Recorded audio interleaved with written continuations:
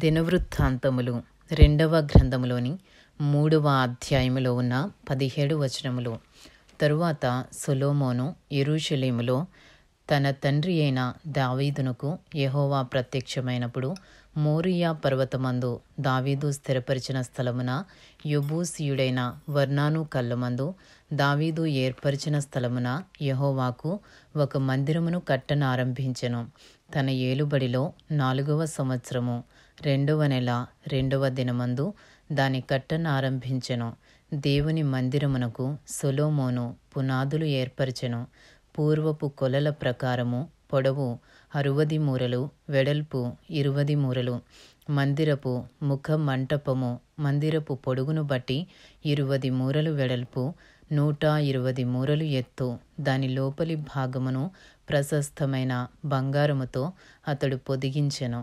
మందిరపు పెద్ద గదిని దేవదారు పలకలతో కప్పి వాటిపైన మేలిమి బంగారమును పొదిగించి పై భాగమున ఖర్జూరపు చెట్ల వంటి పనియు గొలుసుల వంటి పనియు చెక్కించి ప్రశస్తమైన రత్నములతో దానిని అలంకరించెను. ఆ బంగారము పర్వయీము నుండి వచ్చినది. మందిరపు దూలములను, స్తంభములను, దాని గోడలను, దాని తలుపులను బంగారముతో పొదిగించి గోడల మీద కెరూబులను చెక్కించెను. మరియు అతడు పరిశుద్ధ స్థలమొకటి కట్టించెను. దాని పొడవు మందిరపు వెడల్పును బట్టి 20 మూరలు, దాని వెడల్పు 20 మూరలు. 1200 మణుగుల మేలిమి బంగారుతో అతడు దాని పొదిగించెను. మేకుల ఎత్తు 80 తులముల బంగారు. మీది గదులను బంగారముతో పొదిగించెను.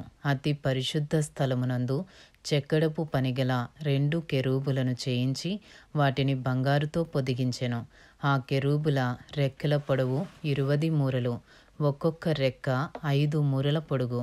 అది మందిరపు గోడకు తగులుచుండెను. రెండవది జతగానున్న కెరూబు రెక్కకు తగులుచుండెను. ఈ ప్రకారము చాచుకునిన ఈ కెరూబులు రెక్కలు 20 మూరలు వ్యాపించెను. కెరూబులు పాదముల మీద నిలువబడెను. వాటి ముఖములు మందిరపు లోతట్టు తిరిగి ఉండెను.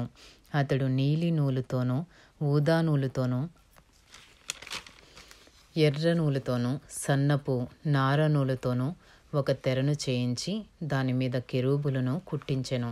ఇదియుగాక మందిరము ముందర ఉండుటకై 35 మూరల ఎత్తుగల 2 స్తంభములను, వాటి మీదికి 5 మూరల ఎత్తుగల పీటలను చేయించెను.